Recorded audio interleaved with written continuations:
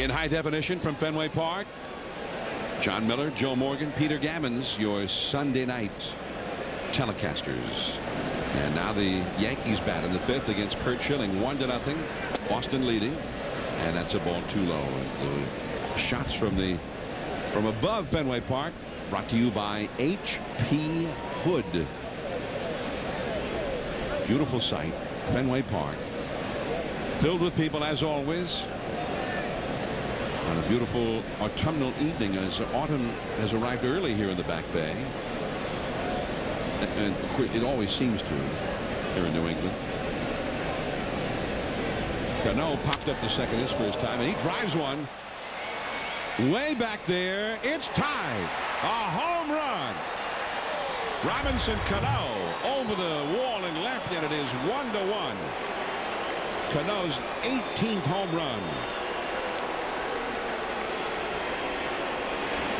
And the ball just jumps off of his bat, John.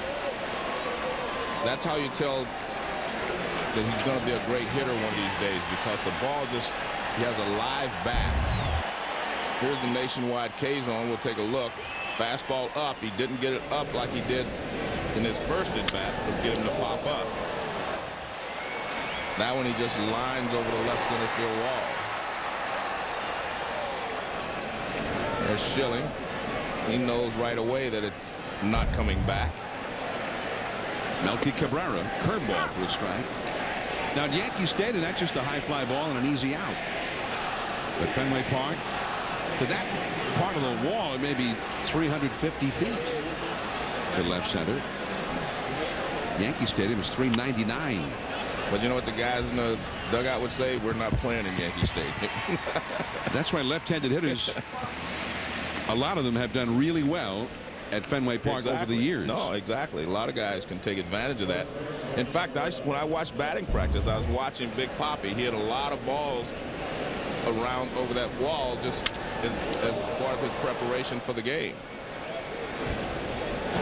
And Cano, I mean, just the sound of the ball coming off the bat, I mean, that sound is different than, it tells you right there how the ball jumps off of his bat. It's a different sound to his bat. Well, they think that he is going to win batting titles, and who knows how good he'll eventually be. He hit 342 last year, his first full season in the big leagues as it is. He came close last year to winning the batting championship. So, and when I was talking to him, he's going to get better and better. I think that's what you're going to see with him. He's going to learn more about himself, learn more about the game, and you're going to see a guy hitting 330, 340 all the time. And Cavich is Coco Crisp. And that is out number 2. By the way, we were talking about some of the guys who could become free agents with the Yankees. The Red Sox have some people, interesting names on that list, too. And I know Peter Gammons is, as always, keeping tabs on that sort of thing. Peter? Well, I mean, as you mentioned, you have Posada, you have Rivera, you have Abreu, you have A-Rod, and Joe Torre, of course. But with the Red Sox, 2 very important people. Curt Schilling can be a free agent at the end of the year, and so can Mike Lowell. And if, you know, people forget how well Lowell has played here. If you take out that one abysmal season, 2005, with the Marlins, his average year in the 21st century, 7 seasons, is 288, 22 homers, 90 RBIs, and a great defensive third baseman, and a tremendous presence in the clubhouse. This is going to be a very tough guy for the Red Sox to let go. Are they going to re-sign him? What do you think? Well, I think that they kept thinking, well, they can replace him. I'm not so sure they can, and I think the price has gone up dramatically since April. The curveball is squibbed by Jose Molina, and Hinsky will take it himself. But the home run by Robinson Cano has tied this game. Curt Schilling heads to the dugout. Roger Clemens back to the hill. It is 1-1. Being at Fenway Park, and when you come to Fenway, not only all of the sights and sounds, but the aroma coming from those concession stands. Now that's our kind of a place right there, Joe. Definitely. Let's get somebody down there right now. I think I'm gonna pass tonight, but I do like Fenway Dog. Oh, pass tonight. That's the first time. Coco Crisp, the hitter against Roger Clemens. Rogers retired 7 in a row. At one point, he struck out 4 consecutive hitters. Crisp lined one to the center field of Cabrera his first time. And the Rocket, as Joe Torre mentioned, he was kind of feeling his way early in the game, and then he And you've mentioned it a few times, Joe. He seems to have found himself long about by the end of the second inning, and now he's on a roll. Well, he's definitely convinced himself his elbow's okay, but the blisters are what causes the elbow problem, so you have to be careful with that. He says he thinks he took care of that blister problem on his foot, and it was causing him to compensate for that. And it's sort of the classic case of a problem somewhere else ends up causing a problem for the arm. 2-2 the count. He never had elbow problems at any time in his career. Roger Clemens, perhaps in his final game at Fenway Park, and we're certainly pleased to have a chance to be here for what may be his final game at Fenway for the fifth or sixth time for us now. And maybe he'll be here again in the League Championship Series if they both make it in. On the warning track, Johnny Damon, and Crisp is retired. One away. Let's go to the studio. Here's Matt Weiner with the Sports Center, 30 at 30. All right, John, a very small score led to a very large prize for Tiger Woods today. His lowest four-round total of his career won Tiger both the Tour Championship and the PGA Tour's new FedEx Cup. All in all, an $11 million day. And in Chicago, Jim Thome made the most of his 500th home run.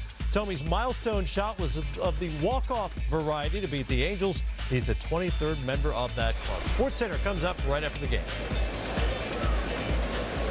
Congratulations to Jim Thome. Couldn't happen to a nicer guy. You're right. He had the fourth fewest number of at-bats to reach 500 home runs in history. Lugo right to Minkiewicz. But man, was he playing him perfectly. Minkiewicz was way over, almost in the second base position. So he was played perfectly, and Clemens must have made the perfect pitch to location. I mean, look where he's playing. I mean, you don't play right-handed hitters that far over normally. He doesn't even have to move. So it's a good scouting report. He said, I think I'll just play him maybe 35, 40 feet away from the first base line. And we thought it was Minkiewicz's folly, but there he was. Jacoby Ellsbury, the rookie left fielder, and a foul. Ellsbury was from Oregon, from Central Oregon. The Red Sox used to have a great middle infielder by the name of Johnny Pesky, who came from Oregon. Johnny Pesky used to get 200 hits year after year after year, and is still in the Red Sox organization. He's managed the Red Sox.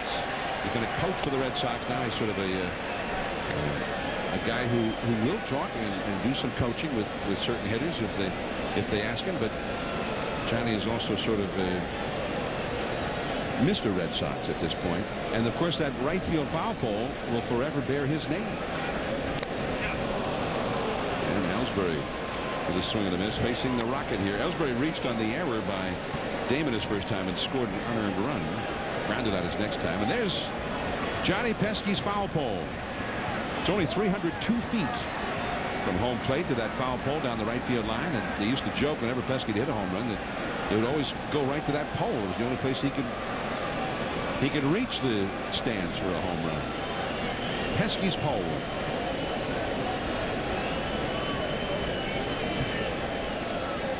Now everybody who's ever been to a game at Fenway signs that foul pole, Joe. I think you should pay a visit down here. That is a ball, and it is 2-2. I always think about the first time I met Johnny Pesky. We were always, you know, in that instructional league. They had a lot of the great Red Sox young players. Conigliaro, Joe Foy, George Scott? Rico Petrocelli, George Scott. Man, what a great play again. Ooh. Ellsbury can really move, and Roger Clemens at age 45, I'm saying he's not having any blister problems tonight so far. He got there pretty quickly. Nicely done on both counts, and the Rocket kicks at the bag, got him. Good call by Tim Welke. Top of the order coming up for the Yankees. ESPN Sunday Night Baseball, presented by Taco Bell, brought to you by Acura Advance, CDW, the right technology right away, and Frost Brewed Coors Light, the world's most refreshing beer. Johnny Damon taking ball one from Curt Schilling. Yankees won, Red Sox won here in the 6th inning. Two old masters going head to head. Curt Schilling for the Red Sox, Roger Clemens for the Yankees. And they've both been strong. It's a 1-1 game as Damon takes the strike. Damon has popped to second and grounded out to short, although I think he was out only on a missed call by the umpire. Jeter and Abreu to follow. That is foul. Hinske made the dive, but the ball was fouled. 1 ball and 2 strikes. The Yankees and Red Sox playing each other for the final time in the regular season. The Yankees go home and the Baltimore Orioles come in. The Orioles have been struggling big time, but the Orioles have made life miserable for the Yankees. They're 8-4 against the Yankees this year. Then the Toronto Blue Jays come in, and the Blue Jays have also played the Yankees tough. Then finally, the final week of the season, they'll be at Tampa Bay and at the Orioles again. So all teams that you would figure by their place in the standings that the Yankees might do well against. That's a check swing. No, says third base umpire Cederstrom. He agrees. He checked. Well, that's what Joe Torre said to me before the game, John. He said, we have to go out and beat the teams that we're supposed to beat. And if we don't, then we don't deserve to win. And that's pretty philosophical, and for him to say that, but in his thinking anyway. So not even to think about where the Tigers are. Right. If the Tigers are hot on their trail or whatever, the Yankees just need to win. Lugo, and no question this time, Johnny Damon is out. Now the Tigers have won 5 in a row. At the moment, 2 back of the Yankees in the wild card division, and they will be in Cleveland the next 3 nights. Kenny Rogers and Paul Bird tomorrow at the Jake. Justin Verlander, a Cy Young candidate, he's won 17 games up against Jake Westbrook, and then Nate Robertson and CC Sabathia in the Wednesday game. The Tigers beat Minnesota today back of the rookie Jair Jurgens. Todd Jones got the save in that one. And the Tigers, who had so many ups and downs this year after the great season they had a year ago when they went to the World Series. But they are not quite yet out of the running for a postseason berth this year. Lugo throws out Derek Jeter. And John, just watching Jeter run down the line then, yeah, you can see he's hurting because there's a little hitch in his get-along, as you can see right there, the way he's running.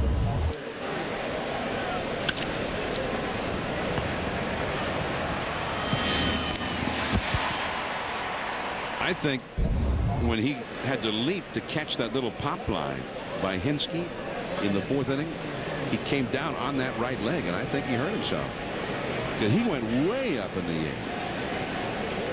And even the way he just came down on that right leg, you could see that he was hurting the moment he came back to earth. It goes back to that old philosophy that most managers think about. 80%, 85% of Jeter is better than 100% of whomever else I can put out there. And you need him in the lineup.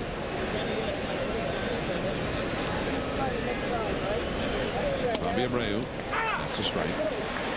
A-Rod would be next, 2 down. Here's the play back in the 4th inning.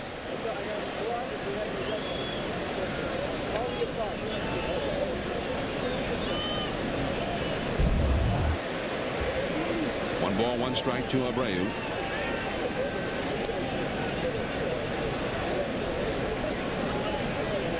Alex Rodriguez would be next, and Curt Schilling's only allowed 1 run and 3 hits in this game, and the top 5 hitters in the lineup have only had 1 hit between them. 1 and 2.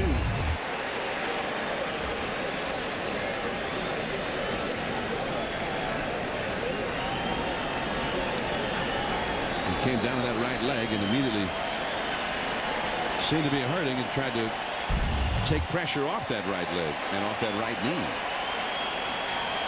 And he was not running well on that ground ball, as we saw.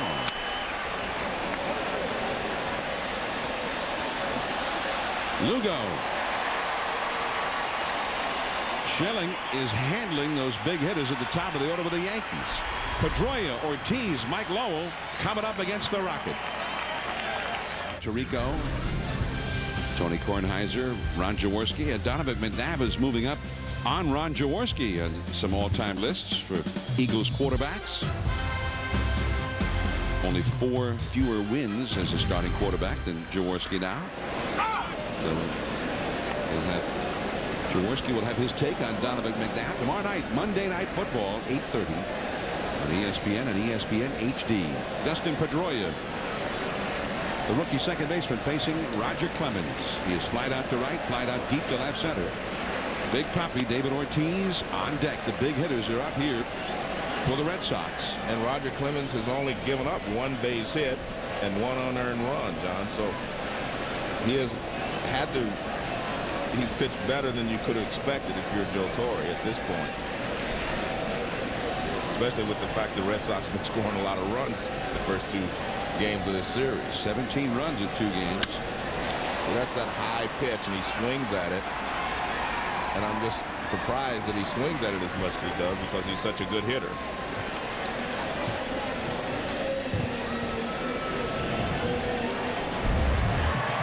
Let's take a look at the nationwide K-zone. See, that pitch is up. Look at the big swing.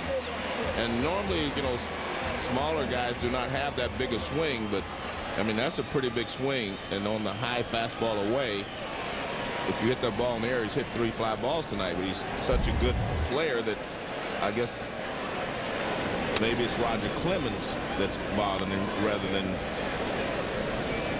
him being his normal self tonight, because Roger, of course, is throwing the ball very well now. He's throwing better and better since the first inning. David Ortiz, 31 homers, 106 RBIs. That's a pretty good year with a .325 batting average. But for David Ortiz, that's a down year. He's been so good. The slider for a strike. Well, part of the reason he's down, John, he's had a hamstring injury all year long, and he says that his knee is bothering him. He's going to have surgery at the end of the season. So he's had some reasons that he hasn't hit as many home runs as he has in the past, but he's still hitting 300. It's if anything, it's been good for his average. Right. Last year he hit 287.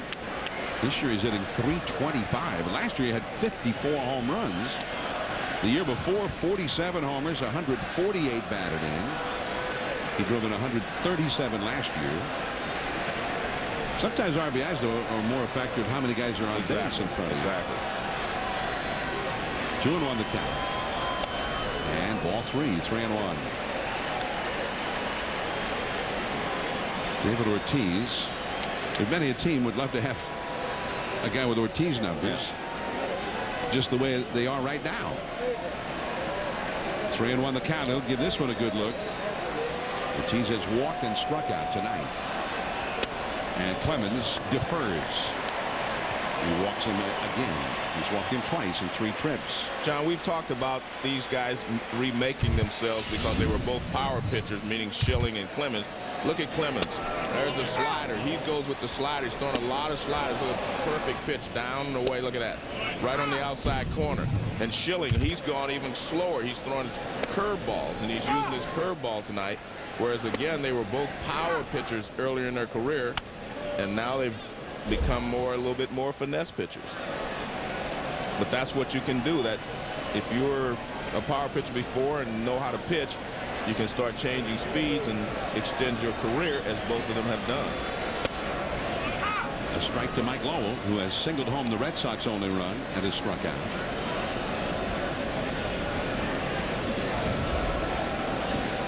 Schilling has thrown only 61 pitches in his 6 innings, running 3 hits allowed. Clemens has now thrown 79 in 5 1/3, but only 1 unearned run and 1 hit allowed.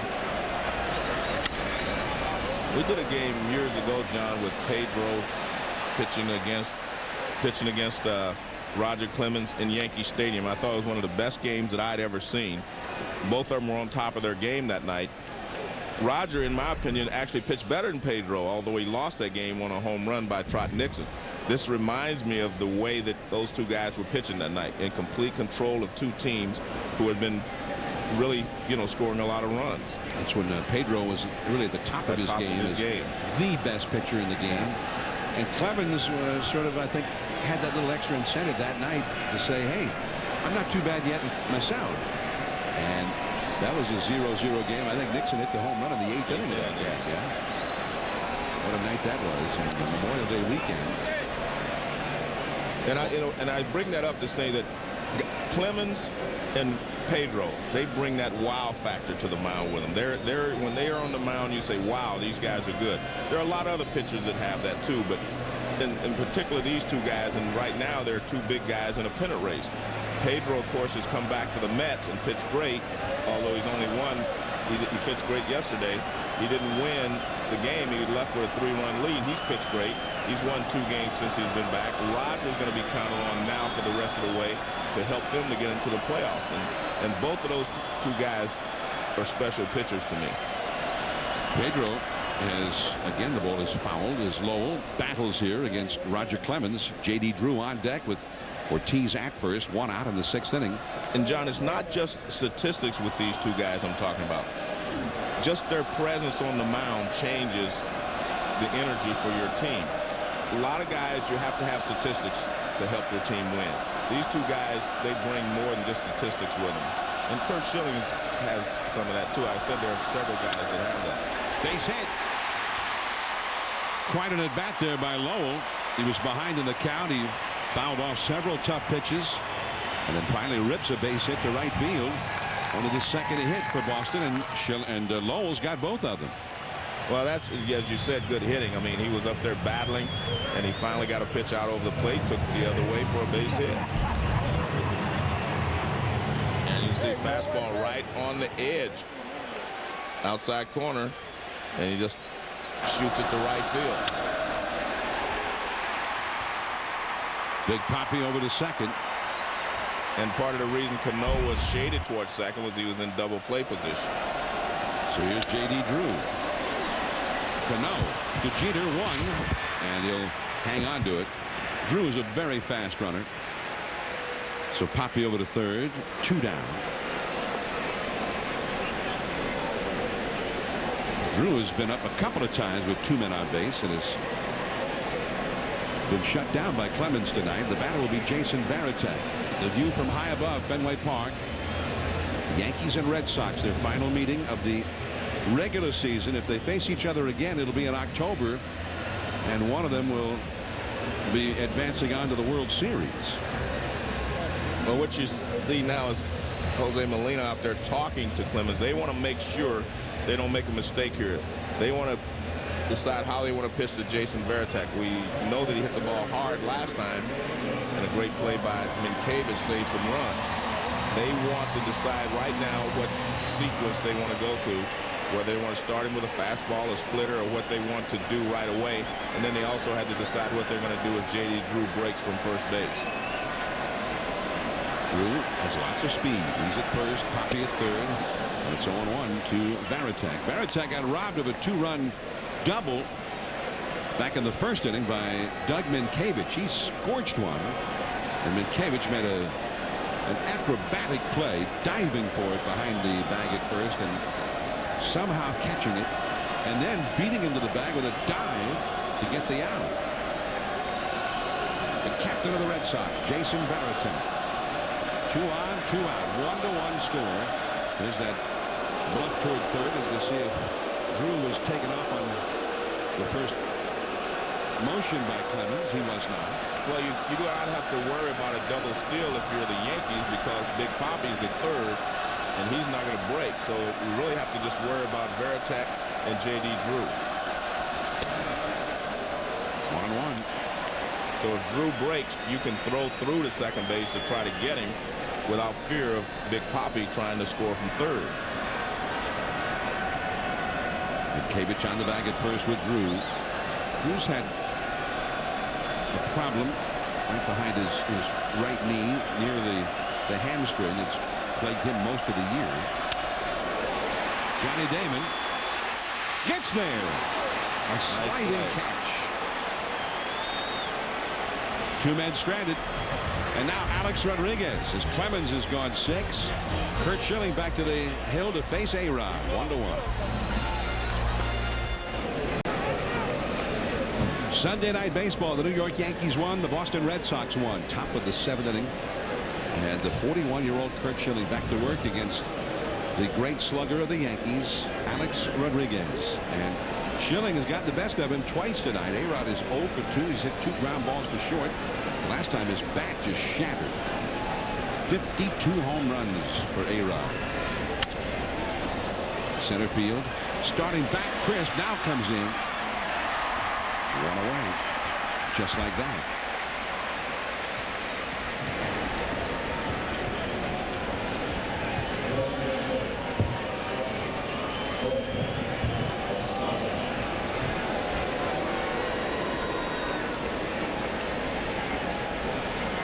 The Lowe's home team advantage, and I know for me, Joe, for the hometown broadcasters, it's just being able to go to Fenway every day. That big wall in left field, the great history of the Red Sox, those great fans which fill this historic ballpark every night, and all of the crazy things that can happen in a game at Fenway that make it unlike a game anywhere else.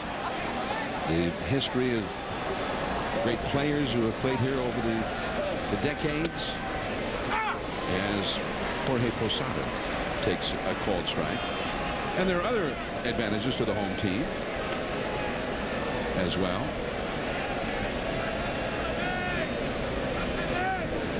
One strike to count to Jorge Posada, who has flied out to shallow left center and flied out to center. And the changeup is low from Curt Schilling. For instance, the Red Sox always sell out 382 consecutive times. And that's the second most in the history. The Red Sox have won most of those games during that long stretch of sellouts. The hanging curve, Posada rips it, but J.D. Drew is there. Posada is over 3. The first 5 hitters, and these are all outstanding hitters. Damon, Jeter, Abreu, A-Rod, Posada. They've had 1 hit in 15 at-bats against Curt Schilling so far. And Joe, maybe the pitch count is catching up to the Rocket. The Yankee bullpen is busy. Well, you mentioned Johnny hadn't pitched in a couple of weeks. I mean, so you can't. I think he's given them a lot more than they could have expected. I mean, you couldn't expect them to shut down Boston without an earned run after Boston scored 10 runs yesterday and 7 the day before. So he's pitched a fabulous game for him so far. Jabba Chamberlain was the right-hander closest to the field, number 62, who was warming up. Matt DeSalvo is the closest one to the camera. But Chamberlain is the guy who pitches in the late innings when the Yankees are in a tight game, ahead, or in this case, a tie ball game. Well, Torrey told us when we interviewed him from the dugout that he thought Jabba should be able to give him at least 2 innings tonight. As Cano, who homered in the 5th inning to tie this game, fouls one out of play this time. And the home run by Cano over the big wall in left field.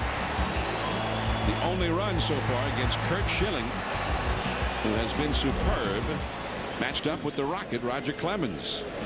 Perhaps in his final start at Fenway Park, his first start here in 4 years.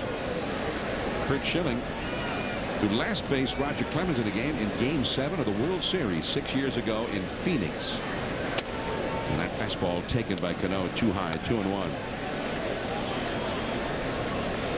Curt Schilling has retired 14 of the last 15 men he has faced. The only one he did not retire in that stretch, Robinson Cano, who hit that home run in the 5th. Now Schilling takes a little time to gather his thoughts, Joe. Goes back on the grass behind the mound, rubs up the ball. It's a cool, crisp night here. It feels like October at Fenway. It was 55 degrees at game time. Facing a very dangerous hitter, Robinson Cano. Pedroia, it's 3 up and 3 down. He's retired 9 in a row since Cano's home run. Curt Schilling 7 strong in a 1-1 game. And perhaps a new pitcher coming for the Yankees.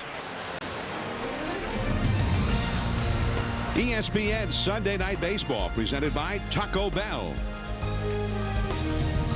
A cool night in New England between those two hot rivals, the Yankees and the Red Sox. It is 1-1 as we go to the last of the 7th inning.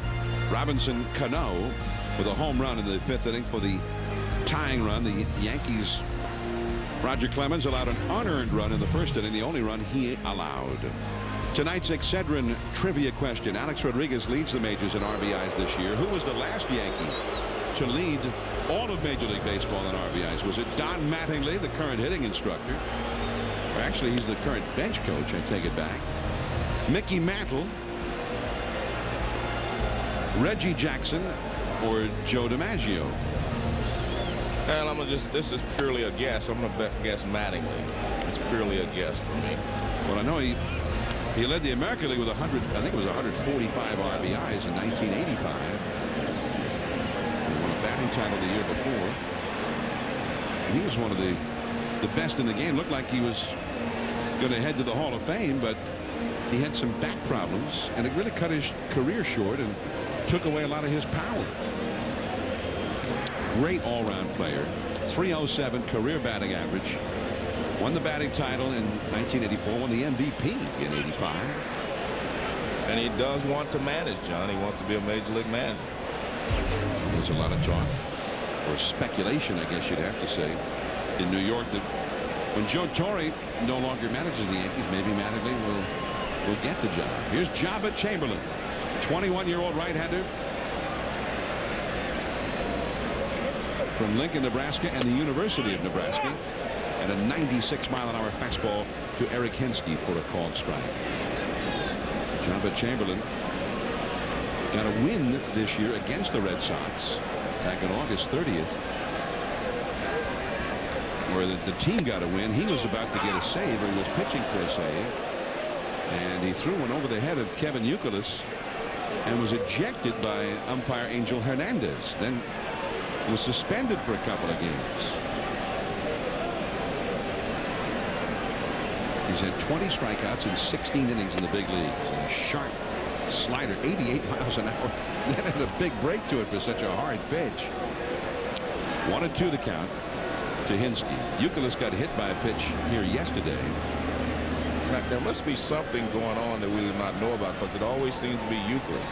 You know, Chamberlain threw the ball over his head twice in New York. Yesterday, he was hit. I mean, there's something going on with Youkilis. He seems to be the guy that they're picking on when the Yankees retaliate or do whatever. He's been hit 4 times by the Yankees this year. He's been hit 15 times to lead the Red Sox in that category. So he's among the league leaders in that category anyway. 3-2 the count. They were afraid yesterday that he might have broken a bone in his wrist or his hand. The x-rays were negative, though. It's interesting, he got ahead with 2 fastballs, and now it's 3-2, trying to throw up the slider. Down the left field line, fair ball. Damon plays the carom. Hensky digging for second, has a stand-up double. Well, you get ahead of a guy 0-2 by throwing him 2 fastballs. And then the next thing you do, you throw him a lot of sliders, so he gets to 3-2 again, and he knows the fastball's coming, and he's able to take the fastball and go the other way.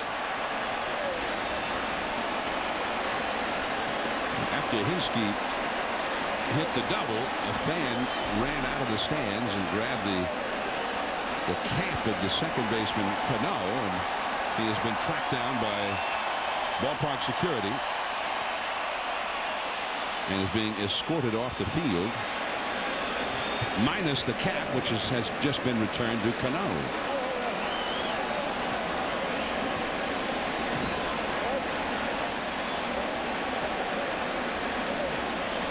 But Eric Hensky, after falling behind in the count at 0-2, looked like he was not going to be around very long. Well, the first 2 pitches 0-2, and then he started with the sliders. Threw him 3 straight sliders, and now it's 3-2, and now he has to go with a fastball again. There's no mystery there once you get to 3-2. And I guarantee you that's what they're discussing. Ron Guidry comes out there, and he's probably saying you go 0-2 on a guy, and then you throw him 3 straight sliders for ball 3, and now you have to come in with a fastball. Ron Guidry, the pitching coach, out with Jabba Chamberlain, and of course they also might be talking about the bunt defense and whatnot with Coco Crisp coming up. Jobber Chamberlain's not used to being in a situation like this, Peter Gammons. No, he's been a starter all his career, but I mean, the thing is, he throws so hard, and they were worried a little bit about his innings, so they put him in this position. I mean, you got a guy, he's throwing 100 miles an hour. His slider's been clocked as high as 92. They just decided, you know, what the heck? It's a way to put him in. The Red Sox have done the same thing with Clay Buchholz, who, of course, threw a no-hitter in his second start, and they've got him in sort of the same position as Chamberlain in their bullpen. Well, he certainly has not had to endure a leadoff double in a tie ball game very often. He's only given up 8 hits in 16 innings total before tonight. Well, he's got a lot of pressure here because Coco Crisp, a good bunter, and A-Rod comes way in at third base. Bunted hard. He makes A-Rod field it. That's the idea. Yeah. Over to Minkiewicz. Coco Crisp does his job beautifully, very fundamentally sound, to getting Hinske over to third. And a smart play by A-Rod, not trying to cheat so that you can get back to third base. Make sure you get one out, and that's what he did.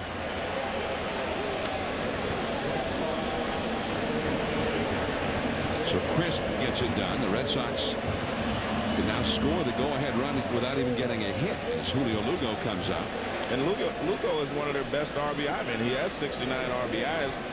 His batting average is not that high, 239, but he's driven in runs, driven in lots of runs. He also is second on the club only to Coco Crisp for sacrifice bunts. And what about a suicide squeeze, Joe? Well, it's very difficult to suicide squeeze with a guy like Chamberlain because he throws so hard. And you want to go ahead and give Lugo a chance, I think, to drive him in because he's been successful. The infield is in all the way around. The slider, there's a strike. That pitch, he was missing a foot outside with that slider to Hinske, and that set up Hinske's double. Well, the difference is he had 0-2 on Hinske. He's trying to throw it hard enough to strike him out. Now he's trying to throw strikes, so he stole a strike with a mediocre breaking ball, so to speak. His fastball is still his best pitch, and that's what he's going to have to use. The slider, and he had him chasing it. The count is 0-2. Now, the last time Hinske was at third base with the Yankee infield in was yesterday afternoon. And the ground ball was hit to second, and Hinske broke to the plate. The throw went to Posada, and he tried to plant Posada into the seats. So, with nobody out, I would doubt that he'd be running on a ground ball to an infielder just yet. And he's not a real fast guy. To the count to Julio Lugo with actually one out. I beg your pardon. So with one out, I'm taking it back. He's going to be running, I think. The contact play's probably on. Joe, what do you think? Well, it was yesterday.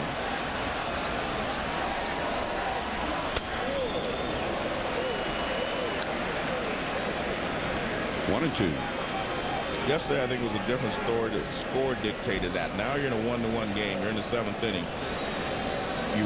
You do not want to give up that run at the plate because you have Ellsbury coming up next, and he's been a pretty good hitter in the clutch for him. So you give yourself a chance. He's a left-handed hitter. You give yourself a chance to drive him in if you want.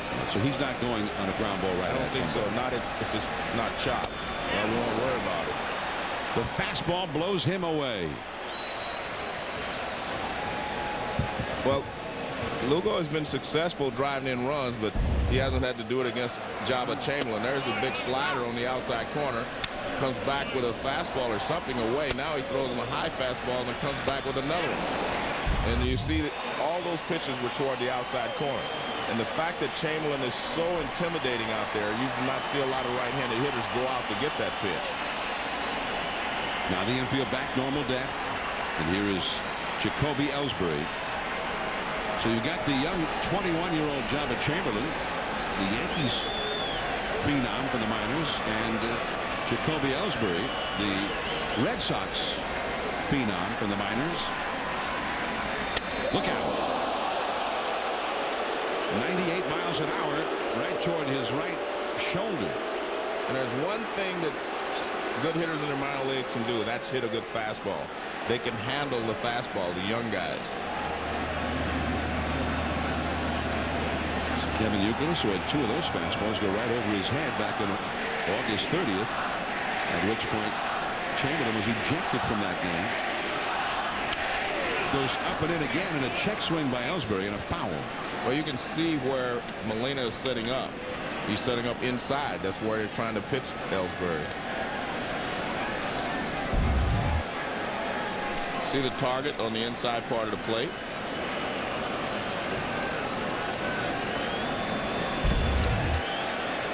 So they're crowding the rookie Ellsbury big time here.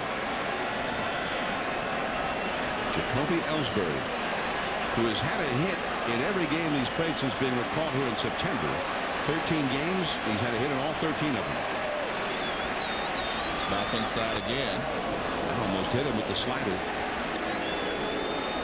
2-1. Well, they probably watched him over the first 2 ball games, and they feel like the ball out over the plate, he can take it to left field, which they've seen him do, or he can pull the ball. So you're trying to limit his options by just staying in tight on him.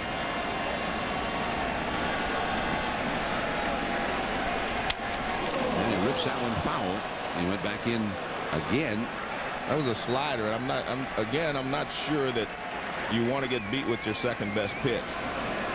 That was a nice pitch because he got it in, but you can't make a mistake and leave it over the plate. See, the target again is in. Everything is inside. They want to stay in tight on him, and that's a slider in.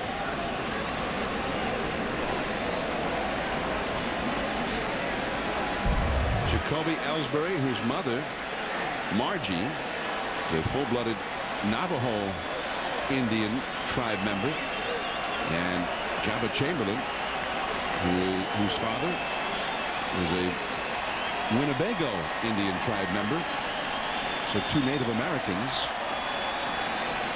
facing off at Fenway Park with a runner at third in a 1-1 game. Right up the first base line. And Minkiewicz just did beat him. He had a little moment's hesitation as that ball was spinning around in his glove. And that little split second almost cost him the out. Still 1-1. Think outside the bun. And in part by Holiday Inn, official hotel of Major League Baseball. And Nissan, who invites you to shift the way you move through the world. At Fenway, here we go to the 8th inning. Curt Schilling is still in there, the 41-year-old right-hander who has had 214 career victories.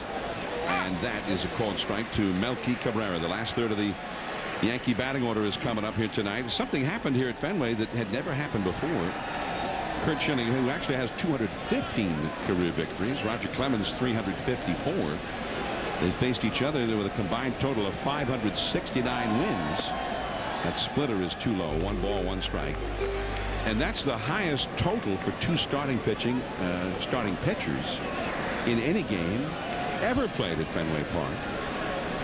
The previous high was from 2 Hall of Famers, Lefty Grove and Ted Lange, who battled in 1941 here with 535 wins. And the splitter is low, ball 2.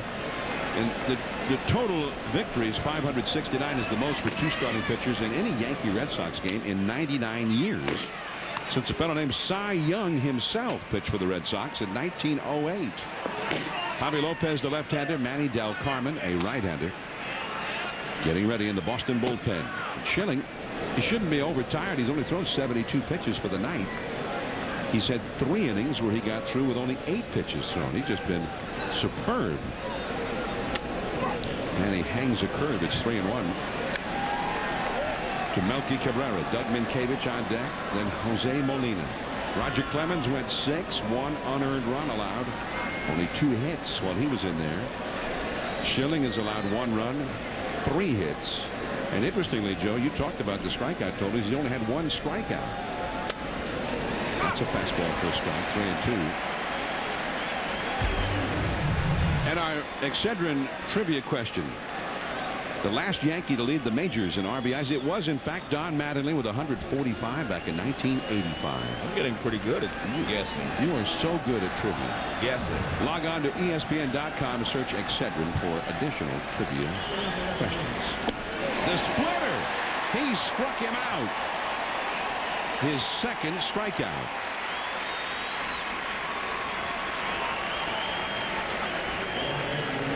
He's had 5 strikeouts or less in 11 consecutive starts, and only 2 so far tonight. But what he did, John, he threw him a lot of fastballs, and then he threw him a splitter. And Melky Cabrera could not have been expecting that leading off the inning in a tie ball game. But it's a great pitch down and out of the strike zone, and it fooled him completely. Doug Mientkiewicz now, so Cabrera back to the dugout. The big curveball, got the high strike there to the surprise of Mientkiewicz. And you see a completely different Schilling even here in the 8th inning than you saw at the beginning of the ball game. He was featuring a high fastball at the beginning of the ball game. Now he's gone to off-speed stuff. And that's what good pitchers do. They realize you're going to go through the lineup 2 or 3 times. The second, third time, the guys are going to be looking for what they saw the first time. Curt Schilling. He lost his previous start to Tampa Bay to Scott Kazmir 1-0. That's a base hit. Mientkiewicz just pokes it into left field. Jacoby Ellsbury hurries it back to the infield, holding Mientkiewicz to a single. Mientkiewicz has 2 of the 4 hits by the Yankees tonight. Jose Molina due up. They're going to pinch hit for him. Meanwhile, Mientkiewicz may be the key man of this game because of that play in the first inning with runners at first and second, 2 down. He robbed Jason Varitek, and then later he made a beautiful throw to Roger Clemens just in time to get Ellsbury to end the 5th inning.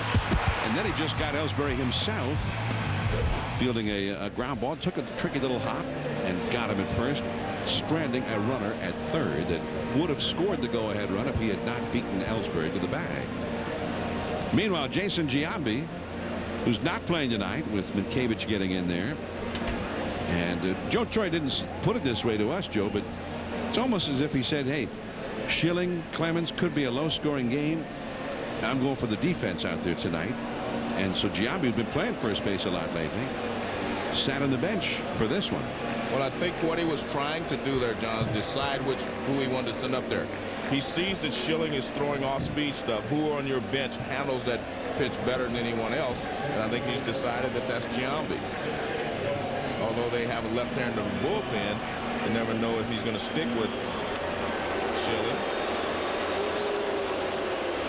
So Giambi is pinch hitting for the catcher, Jose Molina. The fans getting a little upset that it's taken so long for Giambi to get to the batter's box here.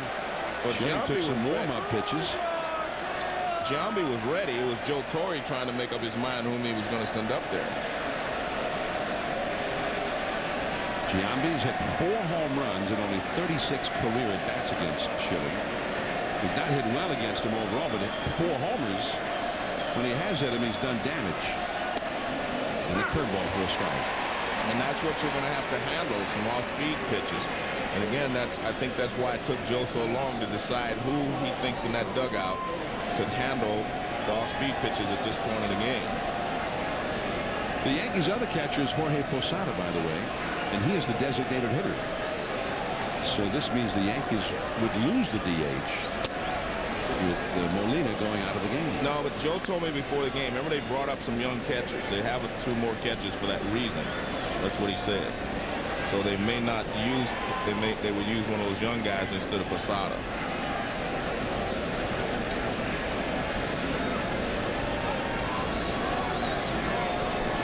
One ball, 1 strike, the count to Jason Giambi. And a foul back out of play. Giambi has had a great history of success here at Fenway Park. And an even better success on Sunday Night Baseball.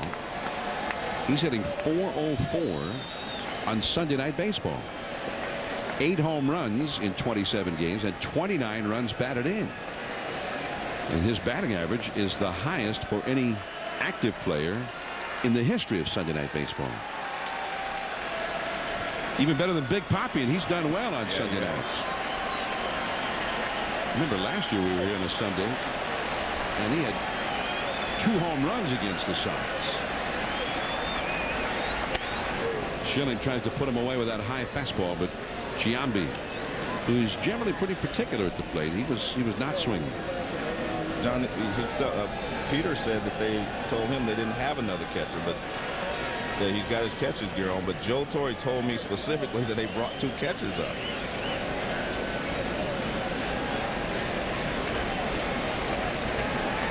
And some pitchers. We got a whole room full of pitchers out there. 14 relief pitchers now with all of the September call-ups. 2-2 the count. Oh, wow. The ball ends up over near the seats to the left. The bat snapped into about 100 pieces. Still 2-2 to Giambi. Well, he throws him a cutter on the inside. He tried to check his swing, but it was too late. You see a cutter running in on his hands.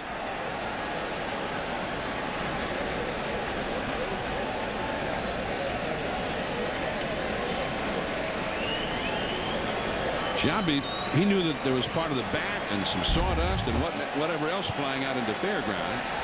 But the ball itself was foul, which he eventually learned. 2-2 the count to Jason Giambi. Doug Minkiewicz hit a 1-out single to left. He's still at first. A 1-1 game in the 8th inning. Leadoff man Johnny Damon on deck.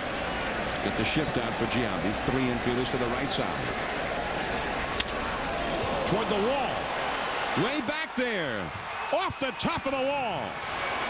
The throw comes in toward the plate. Minkiewicz will stop at third base, but because the throw went in toward the middle of the infield, Giambi, who's not very fast, makes it into second with a double. Well, a great play there by Ellsbury, because he played that perfectly, and that kept Minkiewicz from scoring. But Joe Torre knows who can handle certain pitches, and I think that's what he was trying to decide in the dugout. That's why it took so long before Giambi came to the plate. He runs a fastball away, and Giambi does a great job of going the other way. But look at the play by Ellsbury. See, that keeps Minkiewicz from scoring, even though he threw to the wrong base, but he kept Minkiewicz from scoring. If this ball bounces away, they would have tried to score Minkiewicz. A nice play there, played it perfectly, and gets the ball back to the infield. It'll be scored as a single, as you see where it hit. I mean, that, what, 3 feet away from being a home run? Now Giambi leaves, and a pinch runner has gone in at second base.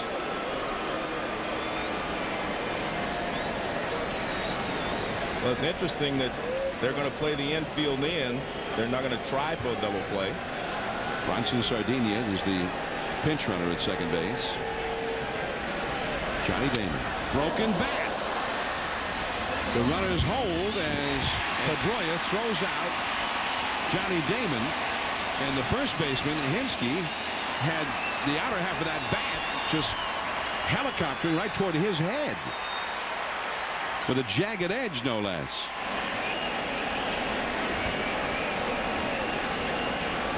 Great job by Schilling. I mean, he throws the first pitch right in on the hands of Johnny Damon, and he swings at it. Right in on the hands, and he just shatters his bat. You see the bat going into the outfield.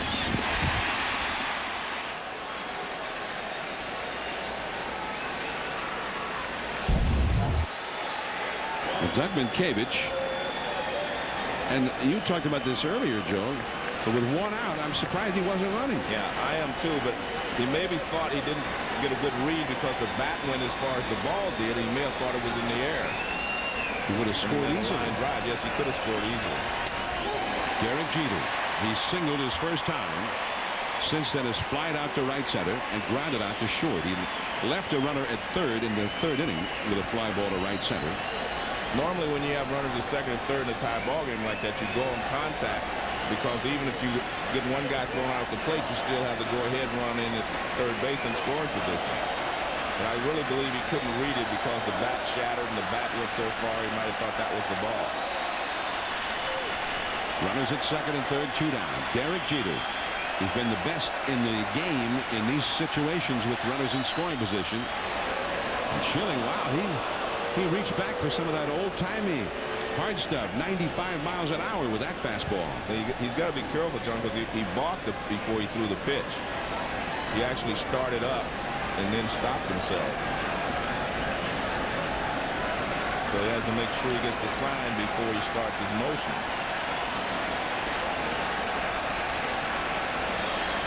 A 1-1 to Jeter. Just off the outside. 2-1. Crowd thought it was there, and I think Schilling thought it was there. At least at this point of the game, he was hoping it was there. Well, let's take a look in K-zone and see where it was. No, it's clearly off the plate. Well, Varitek thought it was too. He brought the ball back after he caught it. Schilling now at 87 pitches in a tense ball game, a tight game. He's just pitching a beauty out there, but every pitch with the game riding on it now against the outstanding clutch hitter Derek Jeter. And it was as if Varitek went out to maybe calm him down a little bit. He wanted that last one called. Bullpen ready if needed. Javier Lopez, the lefty. Manny Del Carmen, the right-hander. And now the plate umpire, Lance Barksdale, goes out and asks him to move it along. The average time of a ball game in the American League is 2 hours and 54 minutes. The average time of a Red Sox-Yankee game, just no extra innings, is 3 hours and 33 minutes. And that's part of the reason. Every pitch means something, and they want to make sure they have it right. They played for 4 hours and 43 minutes, a 9-inning game here on Friday. So here we go. 2-1 to Jeter. Jeter thought that maybe Schilling was going to quick pitch him. He asked for timeout. Hitting well over 400 with runners in scoring position and 2 down. Mitkevich at third. Sardinia, the pinch runner, at second. Check swing and a foul. It looked like maybe a little splitter. 2-2. And now Varitek's going to go out and talk to Schilling again. And they're not just going to talk. They're going to walk back to the mound. And well, truthfully, the home plate umpire should stop that.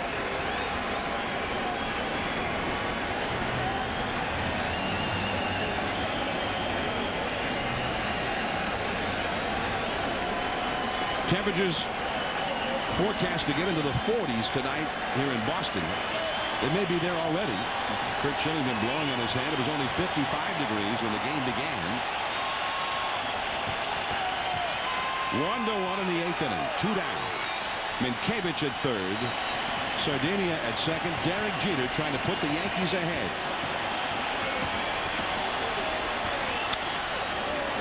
High in the air. A long run. And into the crowd, right where the stands come out very close to the foul line. They had J.D. Drew, Dustin Pedroia, and Eric Hinsky all giving chase.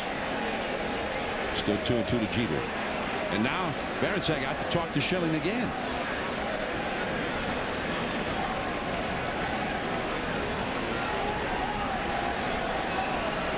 Terry Francona. Schilling has thrown only 89 pitches for the game. He's thrown 20 of them in this inning. And every one a critical pitch, especially after Giambi hit one off the wall in left field, putting runners at second and third. Damon grounded out on a broken bat. Jeter with a 2-2 count. To the wall and left. Way back there. It's a 3-run homer. On the 90th pitch of the night from Curt Schilling, Derek Jeter plants one way over the wall. And another hit in the clutch for the great Yankee captain.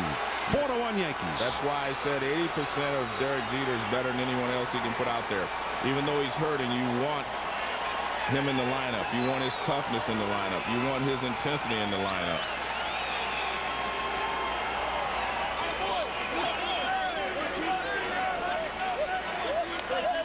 Now Terry Francona out to take the ball from Curt Schilling.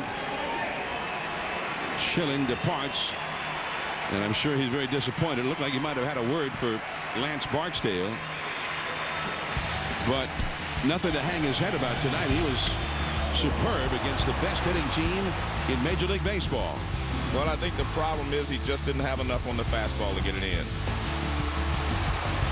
Not the fastball that we've seen for so many years from Curt Schilling. The big fly, a backbreaker.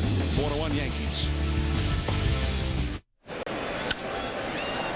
Left-hander Javi Lopez, first pitch is punched down the left field line by Bobby Abreu, and he's going to get extra bases. Ellsbury digs it out of the corner, and so Lopez on one pitch has given up a 2-base hit to Abreu, the 35th double this year for Abreu. And now A-Rod is coming up, a right-handed hitter, and that immediately brings Terry Francona out of the dugout. So Lopez is definitely a specialist, didn't get the job done. And Manny Del Carmen, the right-hander, will be summoned to face the major's leading home run hitter, Alex Rodriguez.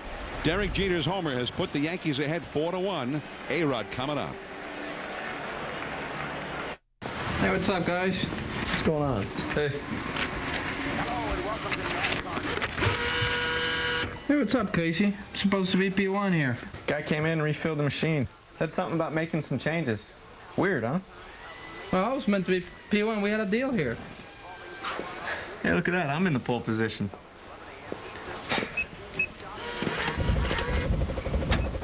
Watch your favorite Wrigley's brand chew up the track this season. Do I know anything about freedom funds?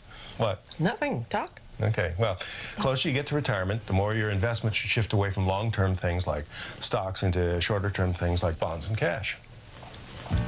No. I'm really not interested. Freedom Fund does it automatically. Any of it. It's all in one fund. Nothing. No, okay. No matter what kind of investor you are, Fidelity can help you make a smart move. Before investing, consider the fund's investment objectives, risks, charges, and expenses. Contact Fidelity for prospectus containing this information. Read it carefully. Miller Chill, the new light beer brewed with a hint of lime and salt. Its refreshment unlike any other light beer. Miller Chill, Viva Refreshment. I'm Matt Weiner with the SportsCenter 30 at 30 update. Timing is everything in the first race for the chase for the Nextel Cup. Clint Boyer got his first ever Nextel Cup win today at New Hampshire and moved from 12th to 4th in the standings. Greg Dobbs' pinch hit grand slam carried the Phils to a sweep of the Mets. Their 8th straight win over the Metropolitans shrank New York's NL East lead to just 3.5. Details coming up on SportsCenter after the game. Yankees 4, Red Sox 1. Here in the top of the 8th inning, Derek Jeter with a 3-run homer against Curt Schilling after a dramatic at-bat, and then a long homer high up into the monster seats, way over the wall. Javi Lopez came in and gave up a double in the first pitch to Bobby Abreu. So now Manny Del Carmen has come in.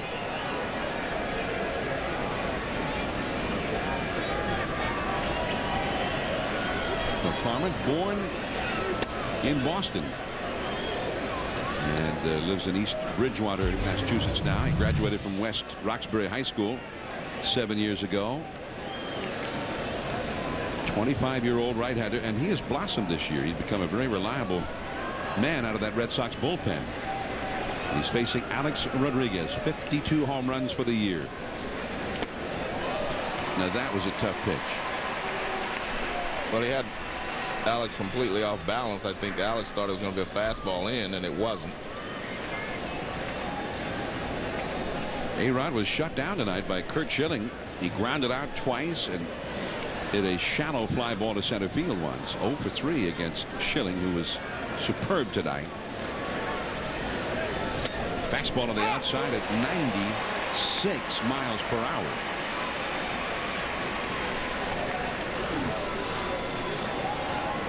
Luis Vizcaíno warming up in the Yankee bullpen now.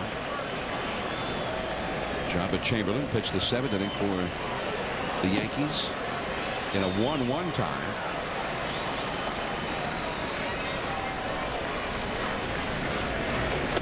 And the big curveball, did he swing? Yes, he did. Strike 3. They've shut down A-Rod, and yet the Yankees are leading 4-1 on the Derek Jeter home run, the 3-run shot in the 8th inning. And Jabba Chamberlain from the dugout leading the cheers.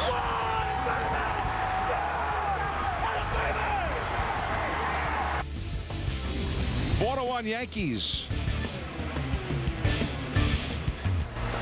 It's 4-1. The Yankees leading the Boston Red Sox on Derek Jeter's home run as we go to the last half of the 8th inning now. A celebration of baseball in daily life. MLB 2007. Never miss a game. Stars Cal Ripken Jr., Bob Uecker, Bruce Fleming, Ichiro, Omar Minaya, and other players, fans, and more whose names are in the lineup every day. Never miss a game. Presented by Holiday Inn on ESPN Wednesday at 7 Eastern. That's MLB 2007. Never miss a game.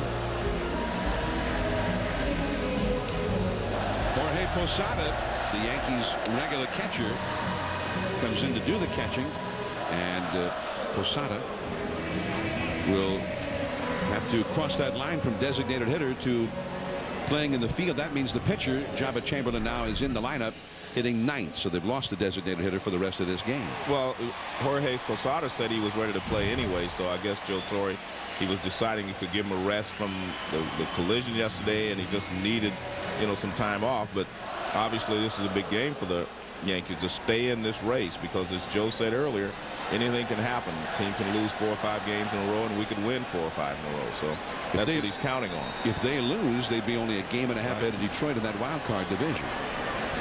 So Jabba Chamberlain with a first pitch strike to Dustin Pedroia. The Red Sox well ahead with only 13 games left in their schedule in the East. But in the wild card, the Tigers just 2 back of the Yankees at the moment. Seattle is fading almost daily after they were having an excellent year, and then they just got clobbered by the Angels and went into a nosedive, at one point losing 13 out of 14. Dustin Pedroia. The big hitters are coming up here for the Red Sox. They'll give it their best shot right now. Pedroia, Big Papi, David Ortiz, and then Mike Lowell. All 3 hitters hitting over 300. In fact, all 3 of them hitting well over 300 as Pedroia has to duck. 1 ball, 2 strikes. Pedroia is hitting 322. David Ortiz is hitting 325. Mike Lowell is hitting almost 330.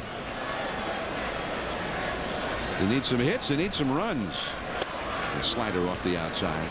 Well, there's been some debate on the Rookie of the Year, because the Red Sox have a couple of candidates, but I just don't see how anyone has played as well or done as well as Pedroia has.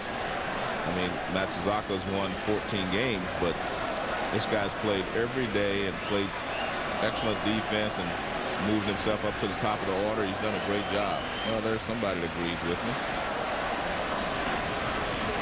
How about that? A Red Sox fan agrees with you. Pedroia's in the top 10 hitters in the league. Delman Young of Tampa Bay's had an excellent year.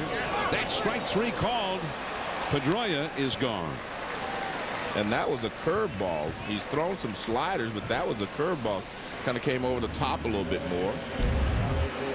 And watch, see the release over the top a little more, bigger break, a little more downward action. Right there, that's a curveball straight over the top. Beautiful pitch. And it's tough for a right-hander to, he's throwing so hard, and you're, like I say, he has that intimidation factor out there anyway. You're not going to go out there and get a ball. As Tony Perez used to say, you think out there, you just don't go out there. David Ortiz, a 99-mile-an-hour fastball off the outside. Ortiz has walked twice and struck out, all of that against Roger Clemens. Clemens cannot get the win. He went 6 innings, 1 unearned run, and 2 hits allowed is all. Fastball, a little bit low, 2-0 to Big Papi. In a spot where just getting on base would be what the Red Sox need here. 36,543, another sellout at Fenway Park. But the hometown team is on the short end of it at the moment.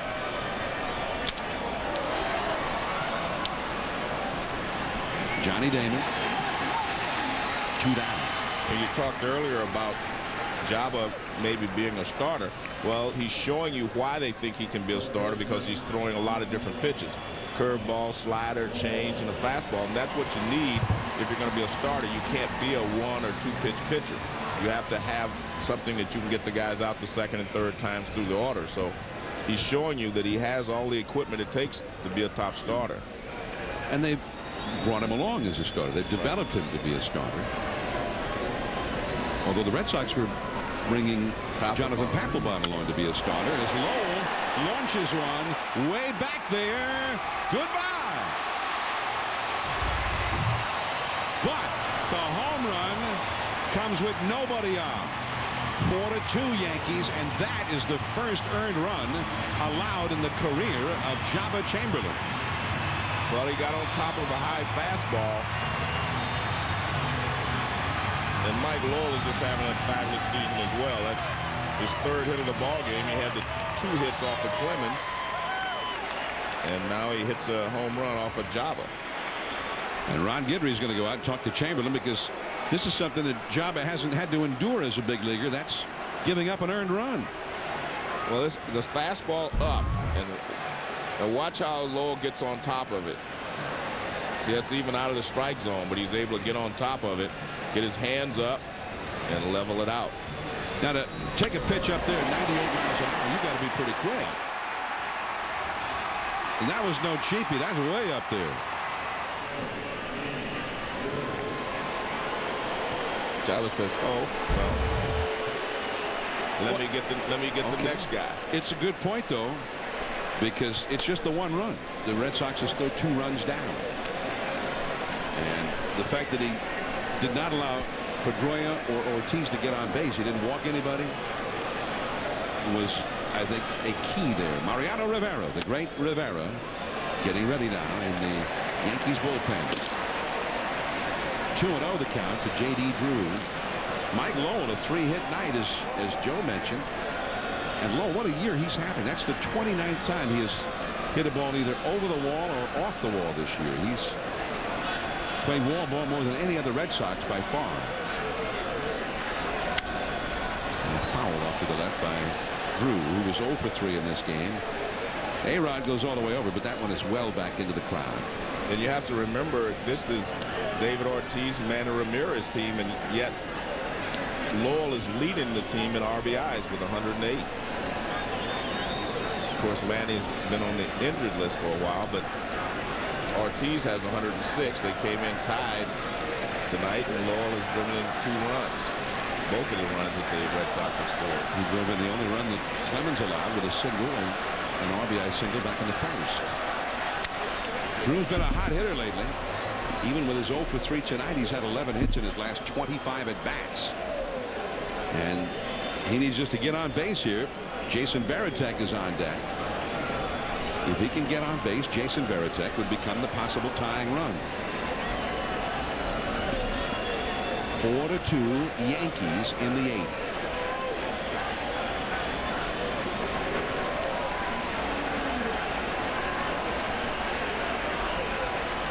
Curveball. Strike 3 call. Chamberlain, 2 innings in relief. It's 4-2 Yankees as we go to the 9th. Posada coming up. From Fenway, they could meet again if they can both make it into the October tournament in the league championship series. They can't play each other in the first round, the division series, because a division winner cannot play a wild card team that is from its own division. If the playoffs were to begin tomorrow, the Yankees would be the wild card team, and they would be playing either Cleveland or Los Angeles. Cleveland and Los Angeles each have the same record right now, but they're 3 games behind for Boston, trying to catch Boston. The Red Sox have the best record, and the team with the best record is supposed to play the wild card. As Eric Gagne comes on, throwing a strike to Jorge Posada, who's 0 for 3. 4-2, the Yankees are leading. Mariano Rivera will surely come on in the last of the 9th inning. Posada having an extraordinary year, hitting .335 at the moment, even though he's 0 for 3 in this game. Aerial coverage of tonight's game has been brought to you by H.P. Hood. Those are very Beautiful views of this great old yard. Fenway Park. 2 strikes the count to Posada. High and tight. Posada. There's only one Yankee catcher ever who's had a higher batting average for an entire season than Posada has right now, and that's Bill Dickey. Bill Dickey did it twice. He hit .339 in 1930. And in 1936, he hit .362. That's the all-time Yankees record for batting average by a catcher. And the high fastball at 95 strikes him out. Well, that looked like the Gagne we saw in Los Angeles years ago. Great curveball, changeup, and a good high fastball. There's the high fastball, and Posada was completely overmatched. He's looking for something else. You see all that slow stuff. Yeah. How can you hit that? John, I want to make a point. I saw where Terry Ryan, the general manager for the Minnesota Twins, is retiring at the end of the season. And, you know, he's done such a fabulous job with the Twins. The only time he's ever done anything that could possibly construe it wrong was letting Big Papi go. But he's made up for that tenfold. There's that splitter. So he's just done a fabulous job, and just want to make mention that he has, you know, decided to retire. We wish him well. Yeah. And in fact, Peter Gammons was talking about that earlier today to us. And Peter, well, apparently he has a love for scouting and going out and finding young talent. Well, he does, and John, because he loves going to games. He cares much more about evaluating young players than dealing with all the contracts. Let's face it, they have Torrey Hunter, they have Morneau, they have Santana, they have so many decisions to make over the next couple of years, Joe Nathan. But I mean, this allows him, after all this time, he rebuilt the franchise from the early 90s. It allows him to go back to his roots and do what he really loves. He's a very, very humble man and one of the most decent men any of us have ever known. And he's going to stay on as a special advisor to the Twins, so he's not leaving completely. No swing there, says Gary Cederstrom. And that also brings me to the point of Brian Cashman. You know, earlier in the year when the Yankees were struggling so badly, everyone wanted him to go out and do this, do that. He stuck and brought up the young players, and the young players have really responded for them. And the Red Sox have done the same thing. We see an influx of young players into this great rivalry that, you know, can be there for years to come. And both Cashman and Epstein should get credit for that, as well as Terry Ryan did it for all those years with the Minnesota Twins. Well, Joe, Doug Melvin of the Brewers said that one of the worst things that's happened to free agency is the fact that the Red Sox and Yankees have decided to go with young players. And save that money, huh? Well, if you have excellent young talent, let's face it, the Yankees, there is as much resources as they have, as many resources as they have. Are they going to go up to a $400 million payroll, a $500 million payroll? What? They needed to start getting young players, and Brian Cashman set about to make that a priority. And he took a lot of hits early, you know, for making that decision. A lot of people thought he should have done more early in the year. Cano got jammed. Pedroia. And that is out number 2. So 2 men are gone. Show the world what a real fan looks like. Reenact an immortal postseason moment, and you could win a trip to the World Series. Just go to Actober.com for your chance to win. It feels like October at Fenway Park tonight. It's cool. October weather. And the Yankees and Red Sox doing a pretty good facsimile of October baseball, as they always seem to do. And the fans trying to, whatever way possible, to keep themselves warm. Temperatures will go into the 40s tonight. Here's Melky Cabrera, and Gagne misses inside for ball 1. Gagne was picked up from the Texas Rangers at the trading deadline. He was the closer for Texas and had a pretty good year for the Rangers. But he has struggled for Boston. Then he was hurt there for a while. This is his 3rd appearance since coming back. Julian Tavares is warming up in the Boston bullpen. And Ellsbury. That's it for Cabrera. He's 0 for 4. 3 up and 3 down for Gagne. Varitek, Hinske, and Crisp. Mariano Rivera will come out in relief of that man, Jabba Chamberlain. Fenway Park, Sunday night baseball. The Yankees and Red Sox final meeting of the regular season, and the Yankees on a Derek Jeter 3-run homer in the 8th are leading this game 4-2. SportsCenter comes up right after the game. The Tigers, the Detroit Tigers that is, pressuring the Yankees in the wild card division in the American League. We'll have the whole story there. Were 96 points scored in the NFL game in Cleveland today. Most of them by the team I think that you would not expect to have scored that many. And Tiger Woods with a run at history. Well, the Cleveland Browns had 51 runs and 51 points, and the Cincinnati Bengals had 45. So here is Mariano Rivera. He got the save in the Friday night ball game. In that game, the Yankees had a 6-run 8th inning. They were down 7-2. Scored 6 in the 8th, and then went ahead 8-7, and Rivera pitched the 9th. Jason Varitek has actually had some success against Rivera. 10 for 30. That's a little bit low. 2-0. And right there tells you why he's had some success being able to lay off of that cutter on the inside part of the plate. Because that's Mariano Rivera's bread and butter pitch against left-handed hitters.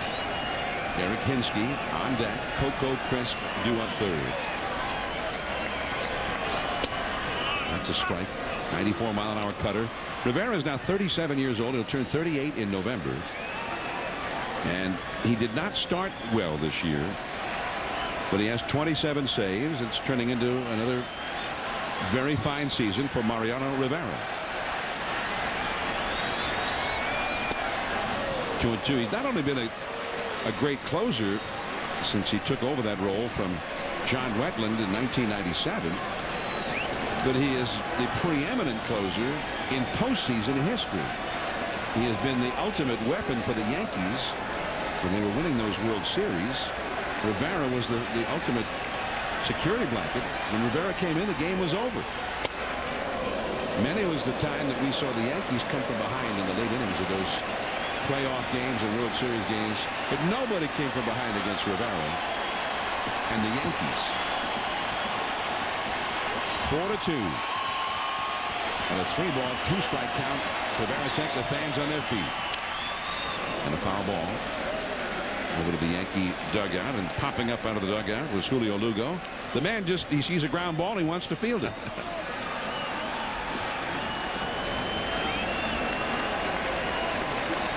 Showed his good hands there. Hinske on deck. Rivera will try it again. This is the 7th pitch of the battle. He walked him. Rivera had walked 8 hitters all year in 65 innings, and 2 of those were intentional walks. Rivera, since 2002, 23 saves, but in 31 save opportunities against the Red Sox. So roughly 3/4 of his save opportunities cashed in against Boston, but over 90% against everybody else. So the Red Sox have been the team that has been able to give him the most trouble. So now Hinske, who doubled his last time, he is the possible tying run. It's cutter right in on the hands.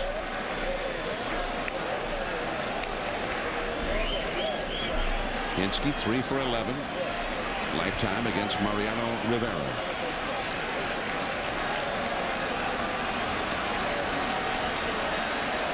Varitek, the runner at first.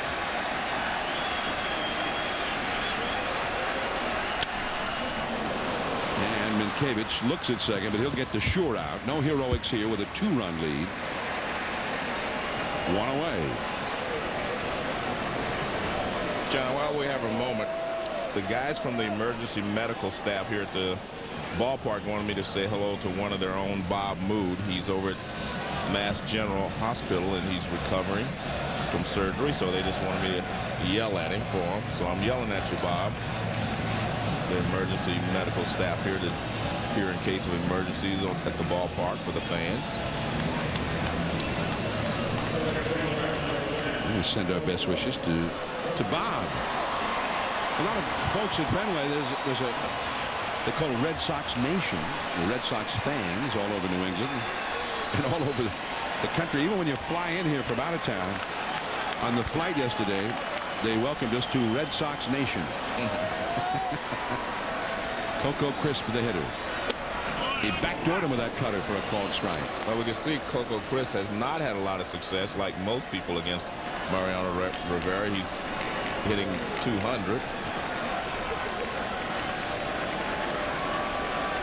I guess he's jinxing Mariano Rivera. He's in a trance. And that's low for a ball. 1 ball and 1 strike. There are a lot of folks who've worked at Fenway Park their entire adult lives. Al Forrester, our good friend who worked here for over 50 years. And a lot of others like Al have been here seemingly forever. Crisp. Slow chop. He's got lots of speed. Cano throws him out. Over to third base goes Varitek, but now with 2 down. And Julio Lugo is the Red Sox final hope in this game. Mariano Rivera trying to save a win for Jabba Chamberlain. And the Yankees are going to conference up now. A-Rod, Minkevich, and Posada.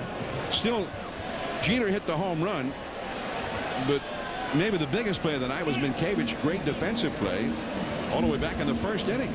Well, I guess the point is a couple of runs. I guess the point is they all gathered at the mound. I think Mariano Rivera's been in this position before. I mean, he knows what to do. So if they asked him what are you going to do, he might have said, I'm going to throw him a cutter. Exactly. So here's Lugo. He's 0 for 2 with a walk. Runner at third, 2 down. Ball 1. Our Chevrolet player of the game. And how could it be otherwise? Derek Jeter, 3-run big fly with a 1-1 score in the 8th, with Curt Schilling pitching a beauty. An impressive performance by Schilling. Chevrolet will make a $1,000 contribution to Major League Baseball's youth outreach program, reviving baseball in the inner cities. Derek Jeter, and after a long battle, Schilling, and you pointed out at the time, Joe, just did not have enough steam on that inside fastball to get it by Jeter.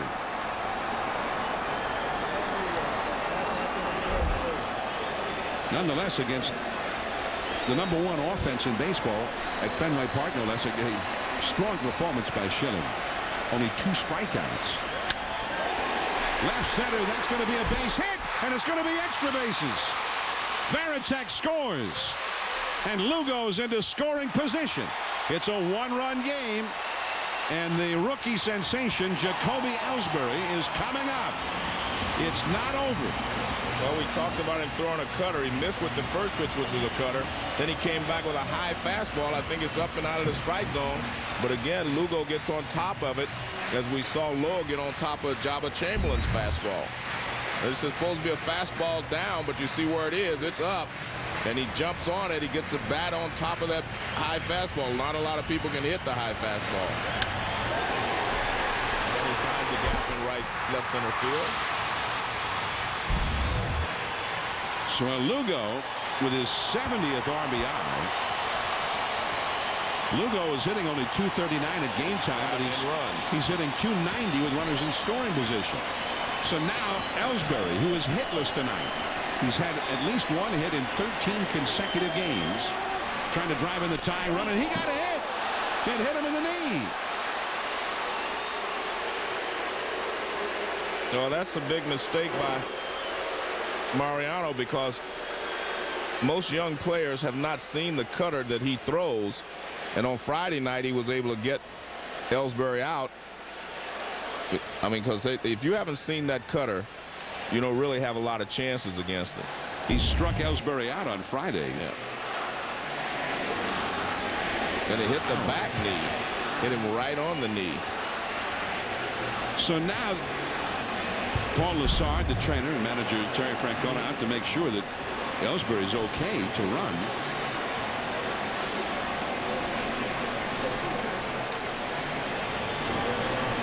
Red Sox have a chance to, if he can run, if he's okay, they have a not only the possible tying run at second base, who is a very fast runner, Lugo, but get the possible winning run at first base, and an extra base hit by Pedroia could win this one for Boston.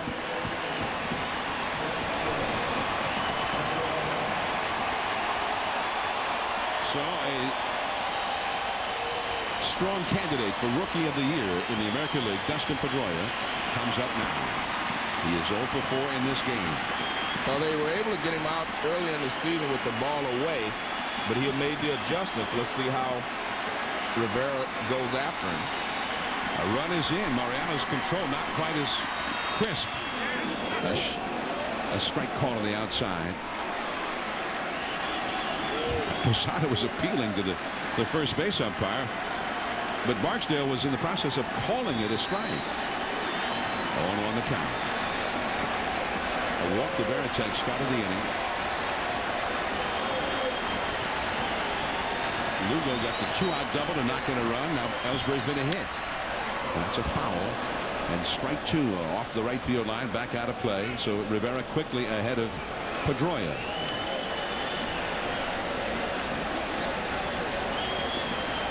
Four to 3. The Yankees lead the Red Sox here.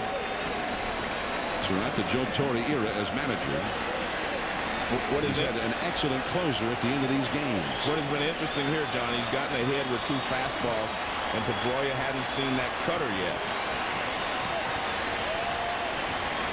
Big Papi would be next. The great Red Sox slugger.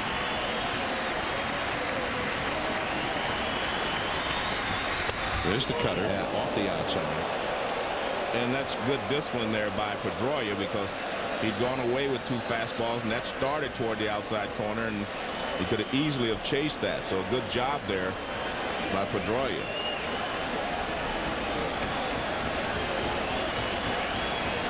Lugo at second, Ellsbury at first. Ready to go at the crack of the bat with 2 down. He goes inside and off the corner. Got a little extra on that one, 96 miles an hour. And Rivera has thrown 20 pitches in this inning. Pedroia 0 for 2 against Rivera. 2 men on, 2 men out. Man, that was a mistake. That one's in the middle of the plate, and Posada's going to have to talk to him. You do not want to throw it there. Watch where this pitch ends up. Right there, and that high fastball. And as I told you, he likes to swing at that pitch, and he had a good pitch to hit. He couldn't put it in play. Pedroia has flied out 3 times and struck out once. Here's David Ortiz, who has been the ultimate end of the game clutch hitter. 2-2. And a foul off the right field line. And actually you can see why Pedroia's adjusted and become such a good hitter, because that last pitch after fastball in, he got a pitch away and he's going that way, fouling pitches off. He's got good plate coverage.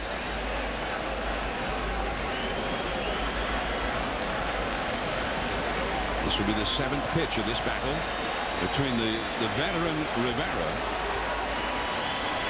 and the rookie Pedroia. Mariano Rivera pitched in his first World Series when Dustin Pedroia was 13 years old.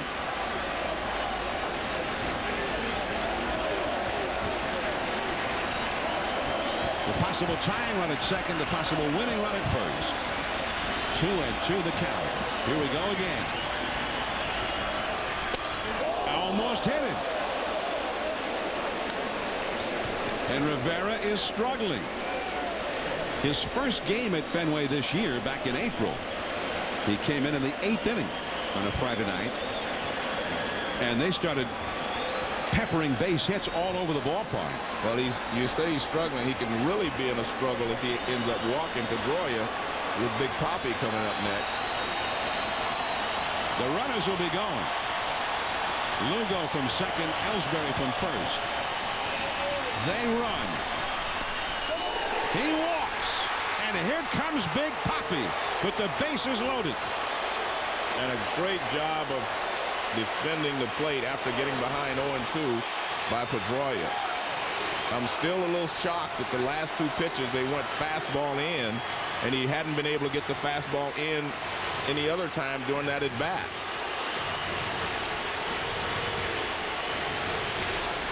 Here in New England, it was a great night for the New England Patriots, who annihilated the San Diego Chargers in the NFL 38-14. And now the Red Sox, after a tight, beautifully played 1-1 game featuring Roger Clemens against Curt Schilling, it went in the Yankees' favor when Derek Jeter hit a 3-run homer in the 8th to break the tie. The Red Sox got a run back in the 8th when Mike Lowell homered against Jabba Chamberlain, the first earned run allowed by the young prodigy of the Yankee bullpen. And now another run is in against the great Rivera. Joe Torre out for a word. And Rivera, 24 pitches into the inning, has the bases loaded. And the great Red Sox slugger, David Ortiz, coming up. He's already ended one game this week with the Red Sox trailing in the 9th with a 2-run homer to win the game. And he'll try and perform some magic again. And he got the high cutter, fouling it back. It's 0-1. Well, he's walked 2 hitters and hit a batter this inning. And that's why he's in so much trouble. He's actually only given up the 1 base hit. And that was to Lugo to drive the double to drive in a run. Lugo hit the 2-out double with Varitek at third. Then Ellsbury got a hit in the knee, and Pedroia drew a walk. The bases are loaded. A base hit could end the game in Boston's favor. 1 ball, 1 strike. He has not been able to control the fastball toward the inner half of the plate to the right-handers and away to David Ortiz. He has missed badly off the plate with that pitch. Ortiz a 368 lifetime average against Rivera. Ball 2. Rivera is out there without his best stuff. Well, control is his best stuff. You're right, but he doesn't have the same control that he has had.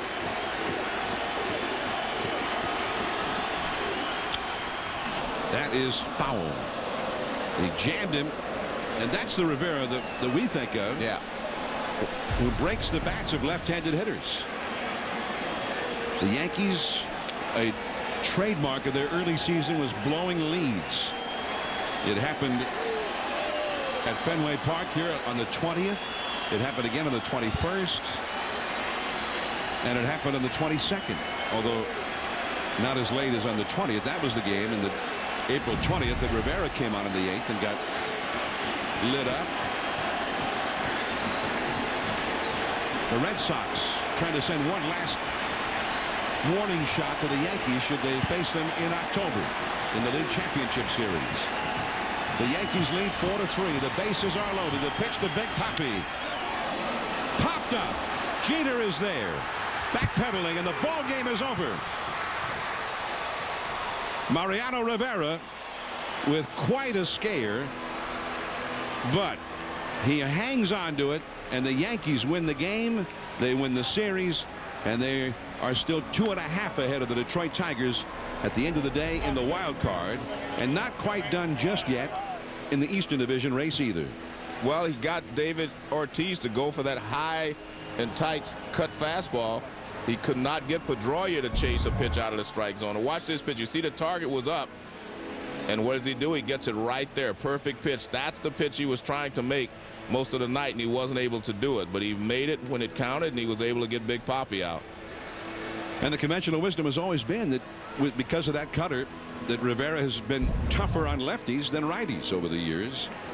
And for the final out, he was extremely tough on one of the best left-handed hitters in the game.